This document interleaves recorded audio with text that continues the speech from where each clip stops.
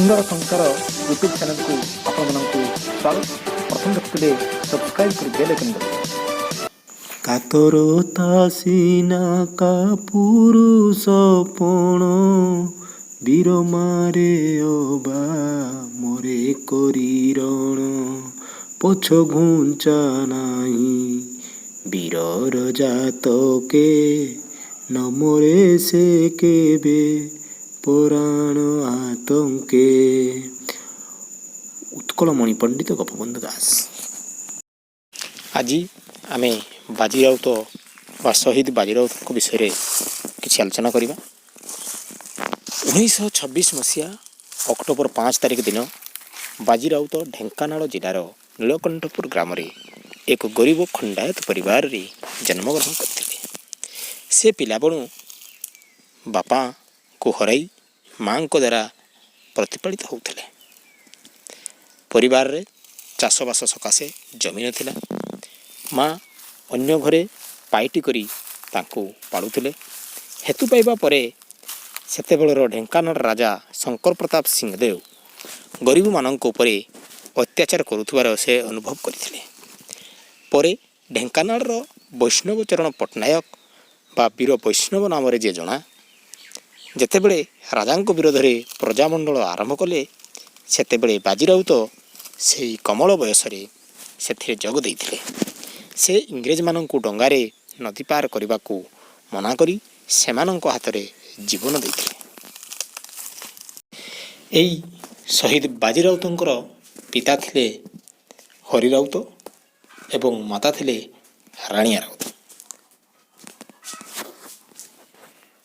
ଇଂରେଜ ସରକାରଙ୍କର ରାଜତ୍ୱ କାଳରେ ଭାରତବର୍ଷରେ ଅନ୍ୟାନ୍ୟ ରାଜ୍ୟ ଭଳି ଓଡ଼ିଶାରେ ସାଧାରଣ ପ୍ରଜାମାନେ ବିଭିନ୍ନ ଭାବରେ ଶୋଷଣ ଓ ଅତ୍ୟାଚାରରେ ଜର୍ଜରିତ ହେଉଥିଲେ।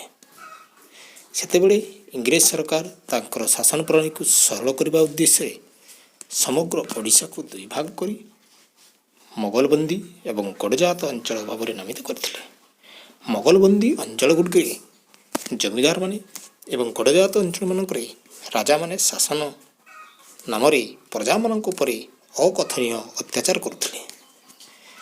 ଏହି ଦୁଇ ଭାଗ ମଧ୍ୟରୁ ଗଡ଼ଜାତ ଅଞ୍ଚଳର ପ୍ରଜାମାନଙ୍କର ଅବସ୍ଥା ଅତ୍ୟନ୍ତ ଶୋଚନୀୟ ହୋଇପଡ଼ୁଥିଲା।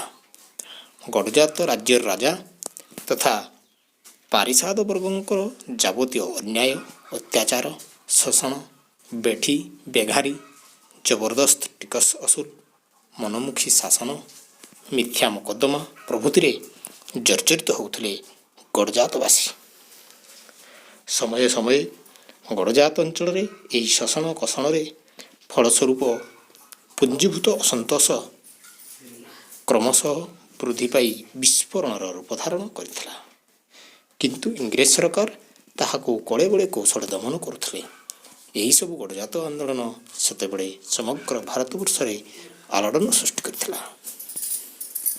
ଆସନ୍ତୁ ଏବେ ଜାଣିବା ସେହି ଶହୀଦ ହୋଇଥିବା ବାଜି ରାଉତଙ୍କର ଯେଉଁଦିନ ଶହୀଦ ହୋଇଥିଲେ ସେହି ଦିନର କିଛି ଘଟଣା। 1938 ମସିହା ଅକ୍ଟୋବର ମାସ 11 ତାରିଖ ଅନ୍ଧାରିଆ ରାତିରେ ପ୍ରଜାମଣ୍ଡଳର କେତେଜଣ ସ୍ୱେଚ୍ଛାସେବୀଙ୍କ ସହ ବ୍ରାହ୍ମଣୀ ନଦୀ ଘାଟରେ ଡଙ୍ଗା ଜଗି ରହିଥିଲେ ବାଳକ ବାଜି ରାଉତ। ସେ ପ୍ରଜାମଣ୍ଡଳର ସିପାହୀ ସାଜିଛନ୍ତି। ଘାଟ ଡଙ୍ଗା ଜଗିବା ସେଦିନ ତାଙ୍କର ପାଳି ଥିଲା। କାରଣ ପ୍ରଜାମଣ୍ଡଳର ହୁକୁମ ଥିଲା ନଦୀ ଘାଟରୁ ଦୂରରେ ଡଙ୍ଗା ଲୁଚି ରଖିବ। ଗୋରା ଫୌଜମାନେ ଯେପରି ନଦୀ ପାରି ନ ହୁଅନ୍ତି, ସେମାନଙ୍କ ଗତିବିଧି ଉପରେ ନଜର ରଖି କ୍ୟାମ୍ପକୁ ଖବର ଦେବ, ଆଉ ପ୍ରଜାମଣ୍ଡଳର ସାଥୀଙ୍କୁ ନିରାପଦରେ ପାର କରାଇବ। ଆଶଙ୍କାକୁ ସତ କରି ପୋଲିସମାନେ ପ୍ରଜାମଣ୍ଡଳ ଆନ୍ଦୋଳନ ଦମନ କରିବାକୁ ଆସିଲେ।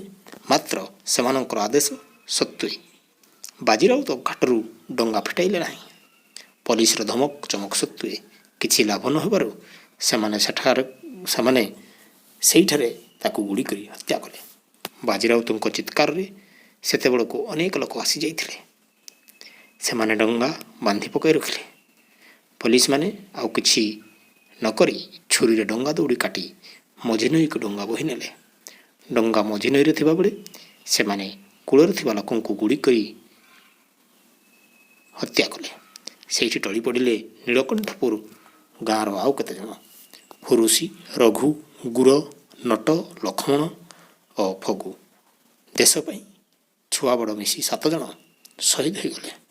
ନୀଳକଣ୍ଠପୁର ଗୁଳିକାଣ୍ଡର ପରଦିନ ଅର୍ଥାତ୍ 1938 ମସିହା ଅକ୍ଟୋବର ମାସ 12 ତାରିଖ ଦିନ ଦେଶ ପାଇଁ ପ୍ରାଣବଳି ଦେଇଥିବା 7 ଜଣ ବୀରଙ୍କର ପାର୍ଥିବ ଶରୀରକୁ କଟକ ଆଣି ବିରାଟ ପଟୁଆର ହେଲା। ଶେଷରେ ଆଜିର ଖାନ୍ନଗର ମଶାଣିରେ ଗୋଟିଏ ଚିତାରେ ସେମାନଙ୍କୁ ଦାହ କରାଗଲା।